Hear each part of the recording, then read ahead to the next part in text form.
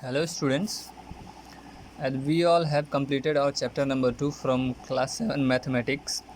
Today we are head towards our next chapter, that is chapter number 3, data handling. Okay, so data handling is something that we have been discussing from class 5. Class 5 से हम लोग इसको पढ़ते आ रहे हैं, जिसमें काफ़ी कुछ चीज़ें हैं। क्लास 6 में जैसे कि आप लोगों ने पढ़ा था कि कैसे डेटा को हम लोग अरेंज करते हैं एक टेबुलेटेड फॉर्म में, उसमें हम लोगों ने बार ग्राफ भी पढ़ा था, उसके बाद पिक्टोग्राफ भी पढ़ा था। This is the same thing. इस बार हम लोग कुछ कैलकुलेट करना सीखेंगे। So basically let me give you the definition.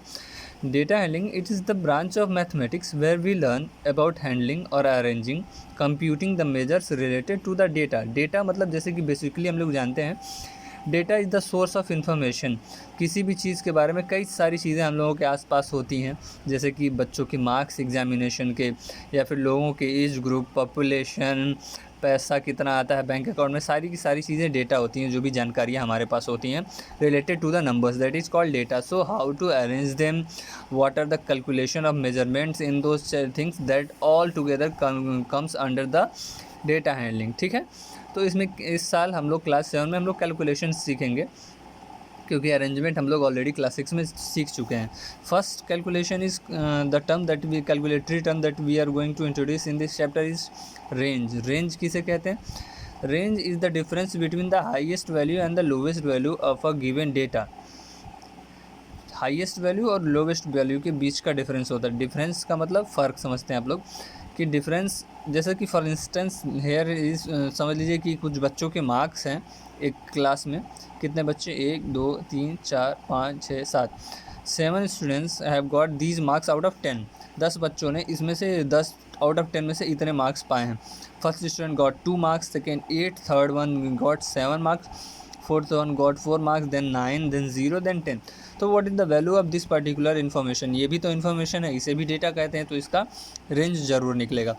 That is range equals to highest value minus lowest value, because it is the difference. Whenever we calculate the difference, the difference can be calculated by subtraction. What is the highest value? 10. 10 is the highest value, minus what is the lowest value? 0. So what is the range? That is 10. Range is equal to 10. Similarly we can find out the range of any data. बहुत आसान है, सबसे आसान term यही है आपका इस chapter में, रेंज। हाईएस्ट में से लोवेस्ट सब्ट्रैक्ट कर देना, just subtraction, then you will get the range of the data. Second term that we are going to introduce is mean. Mean या फिर एवरेज। एवरेज या फिर मीन, इसका जनरल चीज़ ये है कि mean for a given data is equal to the sum of all observation upon total number of observation. ये चीज़ें ये आपके लिए नया है, तो इसमें एग्जाम्पल जब देखेंगे तो आप समझेंगे कैसे निकाला जाता है। जैसे कि ढेर सारा आपको दिया है डेटा, नंबर्स दिए रहे, तो उसमें से एक टर्म आपको ऐसा, एक नंबर ऐसा निकालना पड़ता है जो आपके टोटल के टोटल को रिप्रेजेंट करे। जैसे कि पूछ रहा है mean of first 5 whole numbers. पहले देख लेते हैं फर्स्ट 5 होल नंबर्स क्या होते हैं, एज वी नो दैट। तो solution, what are the first 5 whole numbers? First 5 whole numbers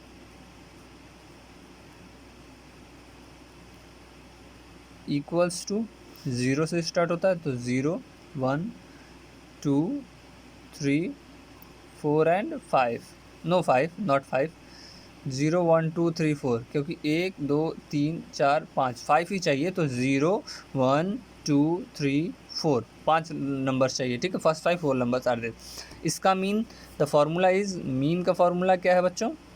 as I said that sum of all observation, sum of all observations, sum of all observations upon total number of observation। कितने observations हैं? total number of observations। ठीक है, सो सम of all observation मतलब कितना है? 0 + 1 + 2 + 3 + 4, और total कितने थे, कितने नंबर्स थे? 5 अपॉन 5 कितना हो गया? 1 + 2 3, 3 + 4 ये 10 हो जाएगा, 10 upon 5। What is the mean? 2 is the mean. Okay, so जितना भी आपको नंबर दिया रहेगा सबको जोड़ के उसके बाद टोटल जितनी भी चीज़ें रहेंगी अपॉन उतने से डिवाइड कर देना है। Second example is this, for instance find the mean of the given data. एक और एग्जांपल है जिसमें 14, 12, 16, 15, 11, 10 एंड 6। करना क्या है, what is the formula of mean?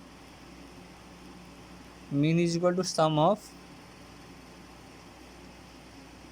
all observations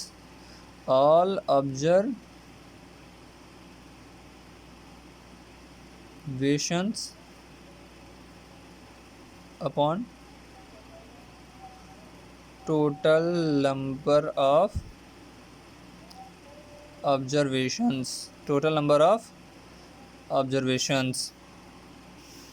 so सारे नंबर्स को जोड़ देना है, दैट इज 14 प्लस 12, अगले पेज में करते हैं। चलिए, what were the numbers? 14 plus 12 plus, एक मिनट, so this is 14 plus 12 plus 16 plus 15 plus 11 plus 10 plus 6 upon, देखिए कितने हैं, 1 2 3 4 5 6 7, टोटल कितने हैं 7, तो उतने से डिवाइड कर देंगे। Okay, so next let us add them. 14 plus 12 हो जाएगा आपको 26, this is 42, 57 68 78 plus 6 84 upon 7, how much is this? This is I think 12, so your mean is 12।